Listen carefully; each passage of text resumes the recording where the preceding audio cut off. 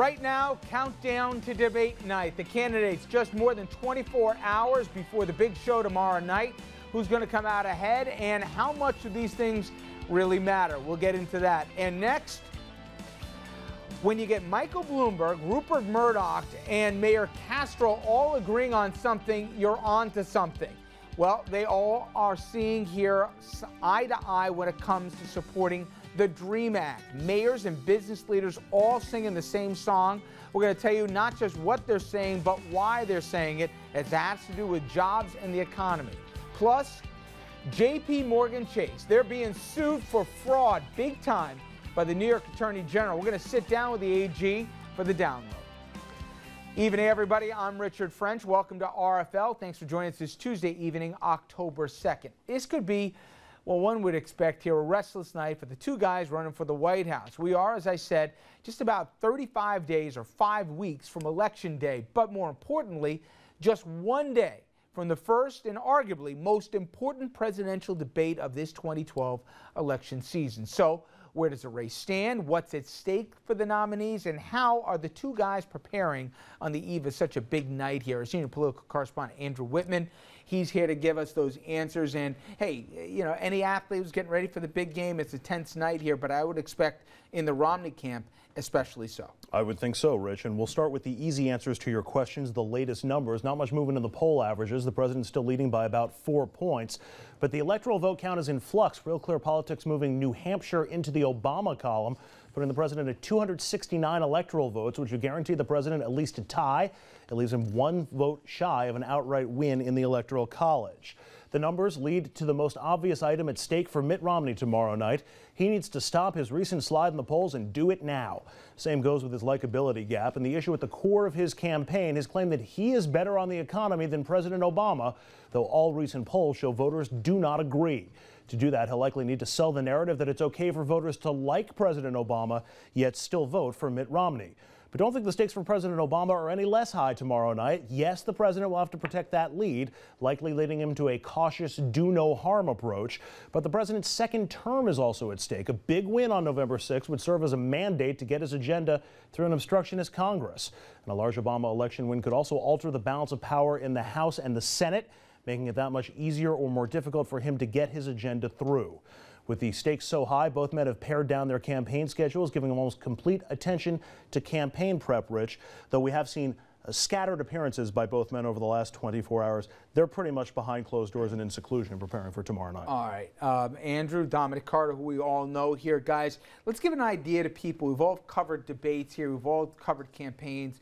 Dom, how this works is they basically go into lockdown here. They have been for the last 4 or 5 days. They get guys who will play the opponent here. They're going to give them the worst questions they can think of here. This is not a love fest. So they're prepped for everything right here. So Every there's really conceivable you shouldn't scenario. be shocked by anything that comes tomorrow night. Anything, and that, you're 1,000% correct. The president is facing questions on things that you can't imagine in these mock sessions, and so is Mr. Romney. All types of things.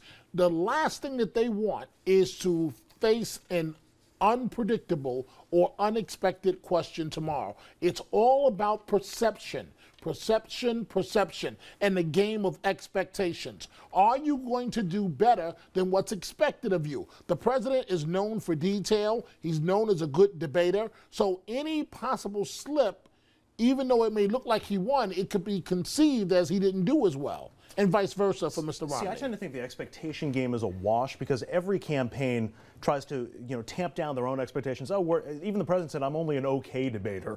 And meanwhile saying Mitt Romney's the greatest debater since... Neither of them have the card they can play, like a Perot card or something else, which is, hey, I'm a new guy to this game. They've been around the scene long enough that they've done it before. This isn't their first rodeo. The public expects them to be not only coherent here, but not fazed by the bright lights. Now, we're going to get into this tonight here, but as much as we love to say this is about the issues, this is about substance, this is about style, okay? And somebody once said to me, if you turn down the audio, you'll have a better idea as to who won or lost the debate. I know that's heresy to say you're talking about the issues, Rich. My God, we're deciding the President of the United States, not who looks good or who's gesticulating the hands like I am right now. But at the end of the day, it's probably more right than wrong. And it's the presentation, how they appear, also how they answer the question, not what they say, but how they look when they're answering the question. Did they have a good comeback? Were they quick with a good line? I mean, those are the kinds of things that gets people's attention. As much as we'd like to say it's the substance and it's the actual issues, it really is a lot more about the frosting. Okay. If tomorrow night, and we're going to have this thing live for you, we'll have the post game after. If tomorrow night turns out a draw, Obama's doing the high fives in the back room, right? Or I've heard some argue, if Romney comes out and looks just palatable, if he's 50-50 at the end of the night where people say there's real no loser, he's back in this because now, you know, he's a valid candidate again. People have been saying for the last month this guy's been running a clown show here, that he can't get out of his own way. Does somebody have to win tomorrow, or does a draw actually help Romney? You know, it all depends on what conventional wisdom is and what the so-called experts say. In my opinion, give me the conventional wisdom. In my opinion, if it's a draw, then because it's very hard to beat an incumbent, as we already know, then it goes to President Obama. You know, he has a track record as a strong debater. So I don't really know. I wish I could reach into my crystal ball. Let's get into some ideas of what we might see. And there are some insider clues that you ought to be looking for, if you would, tips for tomorrow night's debate. And Andrew, give an idea, because we're hearing words like zingers from the Romney camp and also what they're going to try and double down on issues, right? Things that we might be able to expect from both of the candidates. First of all, from Mitt Romney, how aggressive is he going to be tomorrow night against the president? Will he have those zingers at his disposal that we've heard that he's been preparing about for the last month?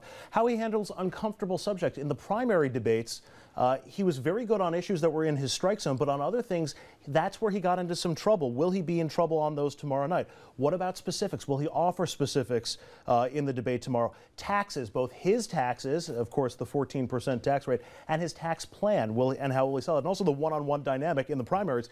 He was on stage with 7 other people. Tomorrow night, he's going to be one-on-one. For President Obama, he's going to have to defend his presidency to a certain degree. Will he, and how aggressively will he do it? Will he play safe instead? Can he be pushed to anger or frustration? There's a concern there that perhaps the president can be. Will he be focused? Is the president of the United States? He's got a zillion things on his agenda. Is he really going to be tuned in for this debate? For 90 minutes, but the idea is that there's a soft underbelly for the president. He likes to dish it, but he doesn't like to take it. Right. There are some who say he doesn't like being, poked at. Right, but I'll bet my last dollar that he will not lose his cool under any circumstance. Okay. Remember, Richard, we're looking for any minutia of a detail. If you sigh a little too much, we know history has shown us, if you dare look at your clock. Don't be ruining the clips. We got the clips coming here. Don't You're ruin the killing me. clips. Right. Okay. But here's my thing, and this is for both of you. Let's start with Obama. Now, you could argue that his handlers say, hey, listen, we've tested this stuff, and the things that do the most pain to him is talk about Bain, talk about Cayman Islands, talk about the guy's tax rates, talk about 47%. Make sure you work these into answers.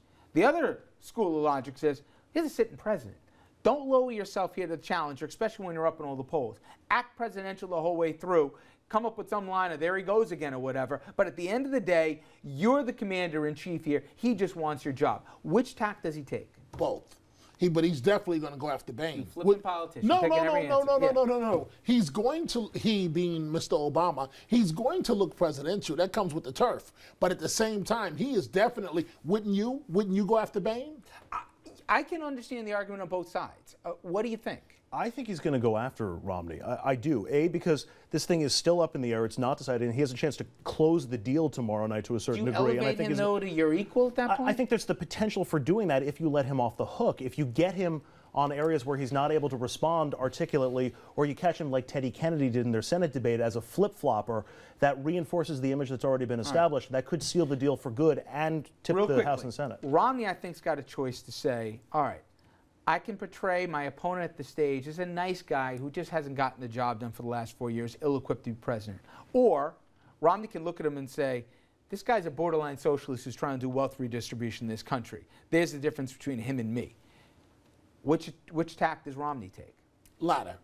ladder, definitely. If you're Mr. Romney, the rope is not too long. I mean, you've got to. You mentioned the word close the deal for Obama, and that's a good point. The president can close the deal tomorrow night, or Romney can reopen this thing right back up. I disagree with you on Romney's tactics. That's the kind of thing I'd expect from a Gingrich or a Santorum if he was in that position. It's not playing for the American people. Romney's going to try to sell himself as a centrist. He's going to be, I think he's going to go for the, the president. He's a nice guy. He's a good politician, but he's just not getting it done. I can get it done. All right. Now, we all know there's moments. We've mentioned a couple. Dom already tried spoiling it with the tick. Thanks a lot, Dom, there. About those classic debate, either lines or moments. And think about what we remember. Half of them aren't even the verbal cues. It's those, the deep sigh, the how much longer till this thing's over kind of moments. Maybe we'll get one that'll rival some of the best lines in debate history, like some of these. These are the kind of elements of a national health insurance important to the American people. Governor Reagan, again, typically is against such a proposal. Governor, there you go again. I will not make age an issue of this campaign. I am not going to exploit for political purposes my opponent's youth and inexperience. Senator, I served with Jack Kennedy. I knew Jack Kennedy. Jack Kennedy was a friend of mine. Senator, you're no Jack Kennedy. Ooh, you still cringe for that one, right? And of course, that was Lloyd Benson and Dan Quayle there. Or we could see moments tomorrow night we remembered for classic debate blunders like these. There is no Soviet domination of Eastern Europe, and there never will be under a Ford administration. Governor, if Kitty Dukakis were raped and murdered, would you favor an irrevocable death penalty for the killer? No, I don't, Bernard, and I think you know that I've opposed the death penalty during all of my life. We have a question right here. Yes, how has the national debt personally affected each of your lives? It's not only what's your philosophy and what's your position on issues, but can you get things done? And I believe I can. And I'd just like to say, well, Jim, the FDA, Tipper and I. Yes, okay. All right. You got to think the guy who's more at risk than major screw up like that, it's got to be Mitt Romney. You can already pick the $10,000 bet here, just the tone deafness. Obama, whatever you think of him, he's got it cool and he knows the situation. Cool is not a word that gets described as for Mitt Romney all that often. No, you don't hear that in the same sentence. And I think, part of me says they're really working hard to work these zingers in there. He comes off so leaden sometimes. Like, it doesn't even matter what the question is. He's getting ready, and he won't work it in. He'll jump. You know what I mean? I mean, maybe it's too inside baseball. Only the three of us are going to see this. But to me, this is where Romney's got to be careful. He's got to be human. Forget about likable. Just human. Relatable a little bit. And you know what? We talked before about President Obama being pushed off his game. But if President Obama can push Romney off his game early on in the debate, that's when everything starts to go a kilter, and all of a sudden you start confusing the lines that you have memorized in your head. And I mean, if Obama can score points early in tomorrow night's debate, that could really put Romney on the defensive. You know, one of the clips we didn't show, because I don't think it applies anymore, but that old Nixon JFK moment with the flop sweat going, that was because of the lights and he put the makeup on. Everybody will be made up. But what's so funny is, through all those debates, there were moments which, for example, the Bush-Gore debate, a lot of people scored it a draw, maybe even gave Gore the advantage, but the only thing people remember the next day were the size. And even in the Bush Sr. thing, where he's checking out his watch here, a lot of people said that's what only got talked about, when the substance of it, he did pretty good. So part of that was in the spin room, too. Part of that was in how the teams spun it after the debate. The line from the Bush camp was Gore sighs and lies, and that became a bit of a meme that ran through the rest of the campaign. All right. Again, it's going to be 90 minutes tomorrow from 9 to 10:30, and then we'll take you home from 10:30 to 11 with the post-game wrap-up, and we'll be bringing you and your reaction into it. And, of course, 6 o'clock tomorrow night, as always, will be for RFL and the ramp-up to it. But speaking of your reaction, let's keep this dialogue going online. Go to our Facebook page or Twitter and sound off. what do you think? Will what they say, the two candidates, or how they say it matter more during the debate tomorrow night here? That old argument of you'll know who wins, just turn down the audio. What do you folks have to say? As I said, keep the dialogue going. We'll get to those comments later. When we come back, though, we're going to focus on not the sometimes the sideshow that politics can be, but on a real issue and a real piece of policy that has changed families and changed lives of young Americans. I'm talking about the DREAM Act. A new study out from a very bipartisan group shows just how much not only it might be the right thing to do, but how it could actually help the economy pick up. That's all up next. Stay with us.